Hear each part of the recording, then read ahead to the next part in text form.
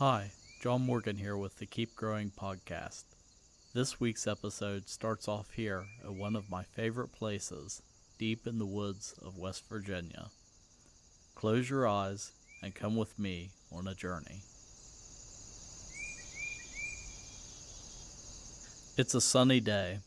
Shimmering sunlight filters through the leaves as they rustle slightly. You smell the fresh scent of pine carried on the breeze from a nearby stand.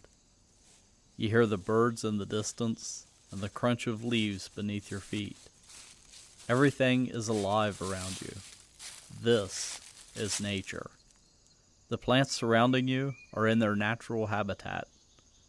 This is what we're trying to create in our gardens and landscape. It all starts beneath our feet with soil. Soil is one of the keys to growing great plants. Sure, they need water and light, but without soil, most plants would die. In the Bible, man was made of the dust of the earth. We are composed 100% of material that came from a plant or something that ate a plant, and those plants came from soil. They pulled nutrients and water from the soil, along with CO2 from the air. Combine that with light for photosynthesis, something we're going to talk about in episode 4, and you get plants. For as long as mankind has been growing plants, we've known the importance of the soil. As far back as 450 BC, the Greek historian Xenophon, a student of Socrates, was writing about the merits of using weeds that are tilled under to help make soil more fertile. Skip ahead 500 years, and you have the Romans using lime to adjust the pH of their soils, and planting cover crops like clover and alfalfa to help enrich soil. Oddly enough, using cover crops and focusing on no-till permaculture techniques is something that is considered a bit of cutting-edge crop science today. So what exactly is soil? Soil is a mixture of about 50% solids, of which 45% is mineral, rock, sand, silt, and clay, and about 5% is organic matter, things like dead plants, animals, all that good stuff. The other 50% is voids, about half of which is water, and the other half air. These voids are really important because they allow for the transportation of water and nutrients to roots. Compaction, a common problem in work soils, can hurt healthy root growth. The processes that form soil are quite complex. You have erosion of the parent bedrock by wind and water, the addition of organic matter by plants and animals, and of course time. Over vast periods of time, the soils in an area will change and develop layers. Of course, over these thousands of years, changing weather patterns can have its own effects too. Right now I'm recording this in our headquarters in the Ohio River Valley. This whole region was shaped by melting glaciers at the end of the last ice age. And the silty, fertile soil of the river valley is what allowed Bob Barnett's to start growing produce here in 1970 and led to the creation of Bob's Market and Greenhouses. So now that we know a little bit about what soil is, let's explore what makes a good garden soil. First off, a good garden soil is rich in humus. That's the scientific name for the organic component of soil. It is the result of the decomposition of leaves, grass clippings, and compost.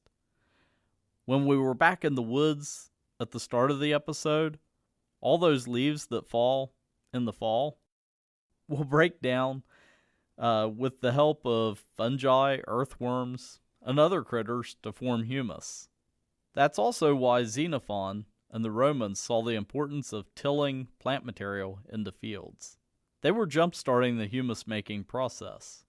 Adding plant material to your garden soil is the key to building a great home for your plants.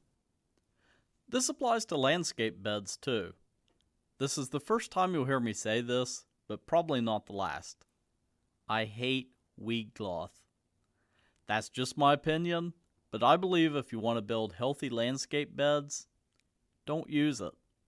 Instead, opt for a thick layer of mulch that you can till in when it starts to break down. Over time, this will help increase the organic matter in your landscape beds and just make the soil better. Leaves are important too. Just like on the forest floor, leaves are a great resource for building healthy soil in your landscape and garden. In the fall, I collect leaves for the garden and till them in with other amendments where they can break down over the winter. Amendments. What's that, you might be asking? It's a term you'll hear quite often in gardening. A soil amendment is simply anything added to the soil to help improve its quality. This might be lime to adjust the pH, organic matter like leaves or other ingredients like granulated fertilizers. We'll cover soil amendments and soil testing in later episodes, but if you're wondering where to start, a soil test can be a great starting point. I'll put a link to a blog post about soil testing in the show notes. Here in West Virginia, the state's extension service will do soil testing for free. Most state extensions offer this service either for free or a small fee. This also might be a good time to talk about extension services. The extension service dates all the way back to the agricultural clubs that sprang up after the Revolutionary War in the early 1800s. Then later on, after the formation of the U.S. Department of Agriculture and land-grant universities, in 1914 a partnership between the USDA and universities was established with the Smith-Lever Act. Congress created the extension system specifically to address rural agricultural issues. And you know I'm from West Virginia because I can't say rural. Anyhow, at the time, more than 50% of the U.S. population lived in rural areas, and 30% of the workforce was engaged in farming. The Extension Service was a key part of training farmers in the newest techniques, and that helped support production through World War I and World War II. Today, state extension services not only support farmers, but also home gardeners in suburban and urban locations. We'll definitely be hearing more about state extension services in future episodes. Okay, that was a bit of a rabbit trail there. Let's get back to soil. So far, I've mainly talked about the soil you might find in your garden or in your landscape beds. So what about the soil we use for growing plants in pots, raised beds, and the kind you might find in bags at the garden center? Would you be surprised if I said that isn't soil at all? What is commonly called potting soil has zero soil from the ground. In fact, in our industry, we commonly refer to it as soilless growing media. There's actually no soil in our soil. Here at Bogs, we use tons of potting mix and seed starting mix per week during our peak production season. To get a consistent mix, we basically use an assembly line to add the raw ingredients to the mix. They drop onto a conveyor belt one ingredient at a time, forming layers, that then get mixed up by a rototiller on steroids at the end of the line. Then the finished soil goes up an incline conveyor belt and travels along the ceiling through a connector from our soil mixing room into our transplanting facility. There the soil gets diverted into hoppers for each production line. And finally it drops into flats, pots, or other containers in the flat fillers before traveling to the rest of the line where seedlings will either be transplanted by hand or by one of our robots. Finally, the planted flats go through a watering tunnel, get loaded onto carts, and then get sent out to the greenhouse to finish growing. On a busy day, we can transplant 10 to 15,000 containers. To dig a little bit deeper into the hows and whys of soilless growing media, I recently interviewed a representative from the company that supplies our main component of our soilless growing media. Let's take a listen. Alright, I'm here today with Troy Beuchel from Premier Tech Horticulture, and he's going to talk a little bit about soilless growing media. First off, Troy, tell us a little bit about yourself and about your company.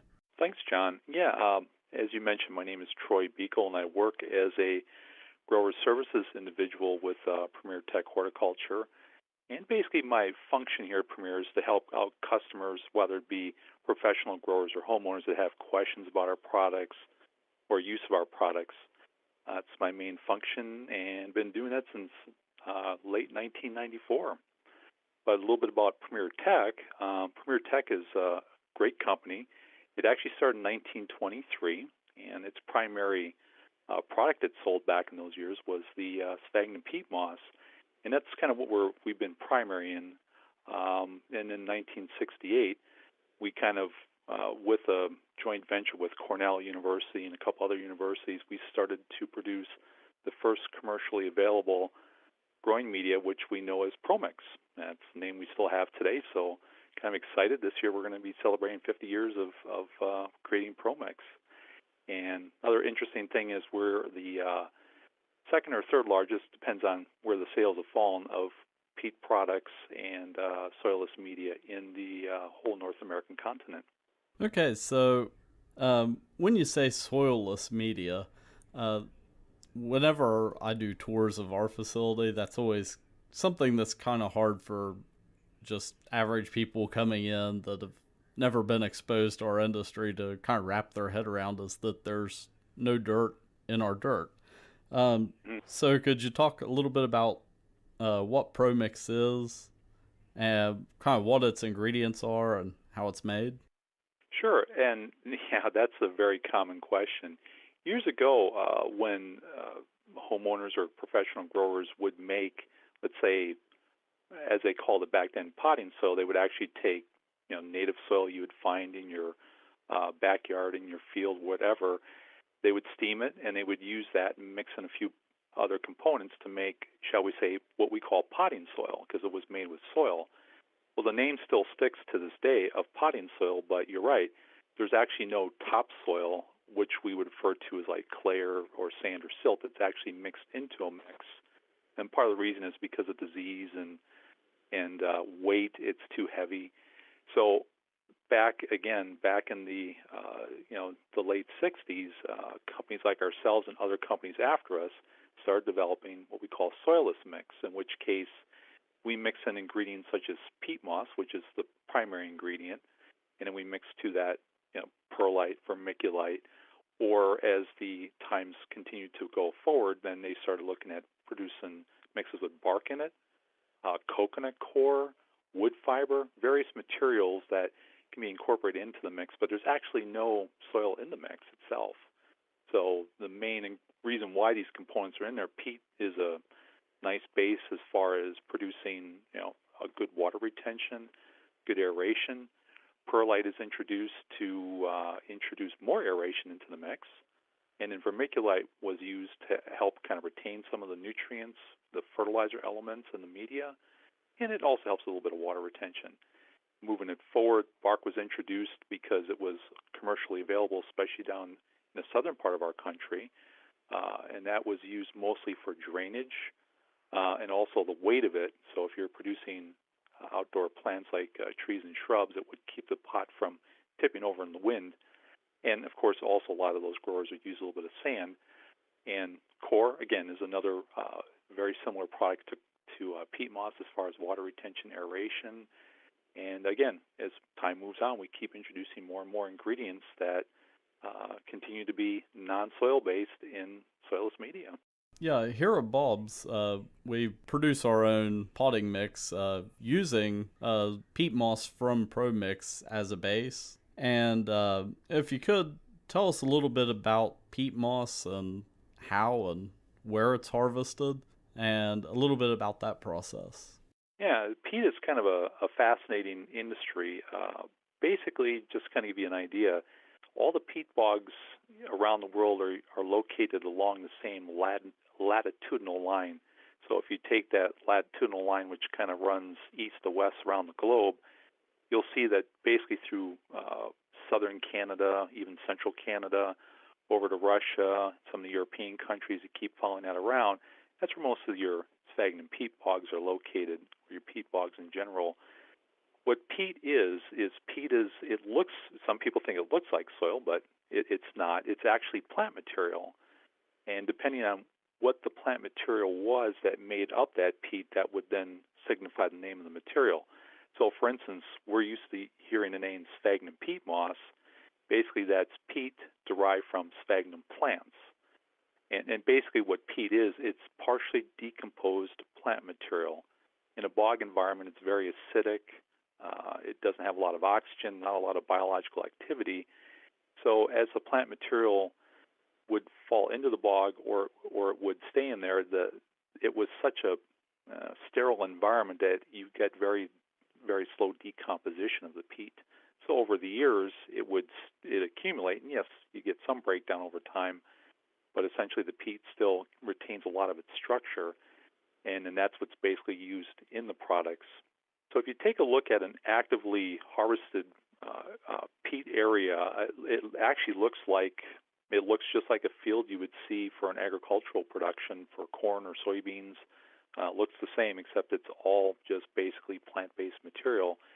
And that product, again, is what we do is we actually will go out to the bog. We have to clear the trees first, and then after we do that, we prep the area, and then we start harvesting the peat with these machines. Look like giant vacuum cleaners that suck the material up. And then basically the reason why peat is such a commonly used product, again, I mentioned before, it does retain a lot of water. It also retains good aeration. It's lightweight. Years ago, when growers would have soil used in their pots or their flats, stuff weighed a lot. So at least with peat and these other components are lightweight, so it's much easier to handle containers and flats and pots, so it's easy to move around. And the other nice thing about peat is it is one of the only ingredients or organic ingredients that are used in a soilless media that's not actually a waste product from another industry. Not that there's anything wrong with that, but peat is one of the only ones that's used specifically for horticultural purposes. And so that's why it's used in the potting soil environment. You mentioned that whenever a peat bog is harvested, they go in and clear off the trees and everything. After it's harvested, what does Premier Tech do to kind of restore a peat bog and basically get it back to a point where it can start producing peat again? Right, that's a good question. We get this a lot where there's some concerns about, are the peatlands disappearing? And so if we look at Europe, for instance, we look at Ireland and countries over there, it is true that the peatlands have diminished in acreage over the years. And a couple things to keep in mind. In those areas of the world, trees are scarce.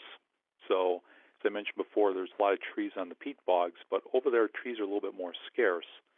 So what they would actually do is they would take the peat, cut it in blocks, let it drain, and they would burn the blocks in their houses for heat. Up in Canada, there's a plethora of trees, so we have enough trees we can burn up there for wood. So the peat bogs have been basically untouched for the most part, whereas in most of the European countries, the peat supply has been dwindling for that reason. Just to give you a couple of statistics that I find interesting is that in Canada, there's 280 million acres of peatlands, of which about 74,000 currently are used for horticultural production. And so the peat is actually being reproduced faster than we're actually taking it from the land between all of our peat companies. So a little bit about that. Basically peat bogs are forested, so we remove the trees, and then we have to take the level of the water and bring it down before we can actually harvest that. Now, once we're done and we're harvesting peat, so basically we vacuum it off a little bit, a layer at a time. So over the years, the peat bog, it goes down a little bit in level. Then when we get to a point where the peat that's coming up is either too fine or we start hitting bottom where we might actually get some clay or a little bit of stone, then we go into a reclamation process, which essentially looks like this. When we open up a new area of bog, we'll take the live moss from that bog. We'll come back to the area we're going to restore. We use a manure spreader. We spread the live moss on top of the bog. Then we cover it with straw. We bring the water level back up so it's at a level that's good for the growth of the sphagnum moss. Put a little fertilizer down, and about 10 to 12, maybe 10 to 15 years, that bog will be fully restored and and functional back to its original purposes. I think that's a great process because 10 to 15 years is a long time. um, so I think it's great that your company's thinking ahead, and they may not even see the benefit from it, but, Correct. 50, 100 years from now, that benefit's going to be there of restoring those bogs. Yeah, it's a long-term process, but I think as a company, we need to be responsible for what we do. Mm-hmm. And we're not the only peat company that does that, but we recognize that it's the right thing to do for the environment, and also it's also something where we're working in partnership with the provincial governments, local governments, to make sure we bring them back to fully functioning ecosystems. And in doing that, partnering with them that way, it helps to preserve a natural resource that's very big in Canada. Mm-hmm. Okay. Kind of transitioning. When it comes to ProMix, what are some recommendations you would make for home gardeners as far as choosing the right potting mix for different applications? Sure. I know at Bob's you guys offer a pretty good selection of our popular products, and there's basically four I want to highlight. The first one would be the ProMix BX. The ProMix BX it doesn't really stand for anything. Well, let's call it the basic mix. It's basically used by professional growers to grow all kinds of plants, whether it's from in some cases seed germination to small pots to hanging baskets to even big planters. It comes in larger sizes because it is a professional product, and it can be used for a lot of different applications. So it's got that real spongy, aerated type feel to it, so it's a good all-purpose product. Now, in our consumer products that you guys offer, we do offer some smaller packaging options for folks that might have smaller plantings to do, or maybe limitations on the area they can plant. So the first one we offer is the ProMix Premium All-Purpose Planting Mix.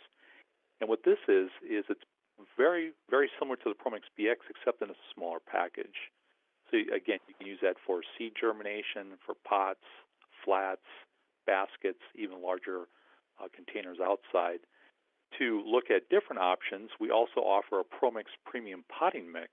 And what that is, it's the same product as the all-purpose, except this product contains two additional ingredients, which would be a controlled-release fertilizer, so you don't have to fertilize the plants that are in there, and a hydrophilic polymer, which basically is like a gel substance that absorbs the water and holds on to it and gives it back to the plant, so you don't have to water quite as frequently.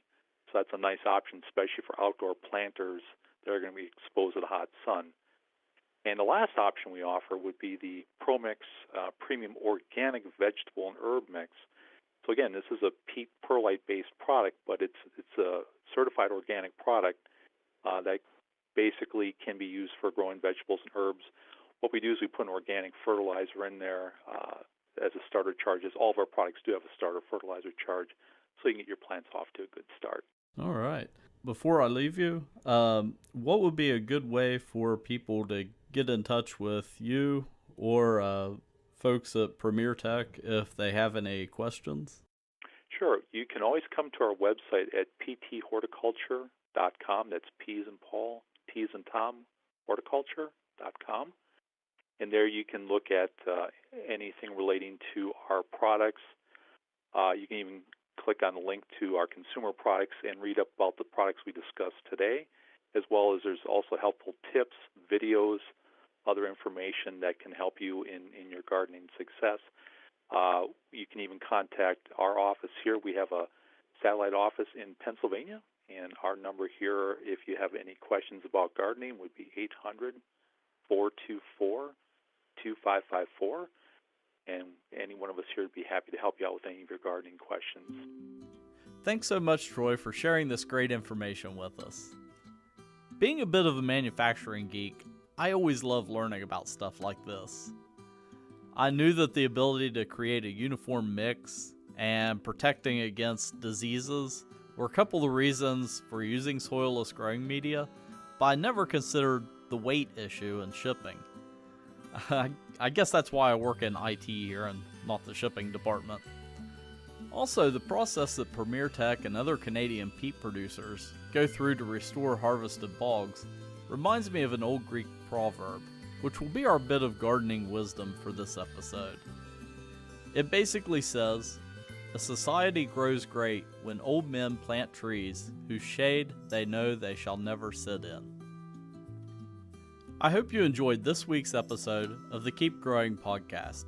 Join me again in 2 weeks as we continue to explore the basic concepts of gardening and take a look at seeds. What are seeds from a biological standpoint? I am a science teacher after all. How do the seeds that you buy in little packs at the store actually get to the store? Also, what's the difference between an heirloom seed, a hybrid, and some of the other terminology you hear? We're going to explore all that in our upcoming episode.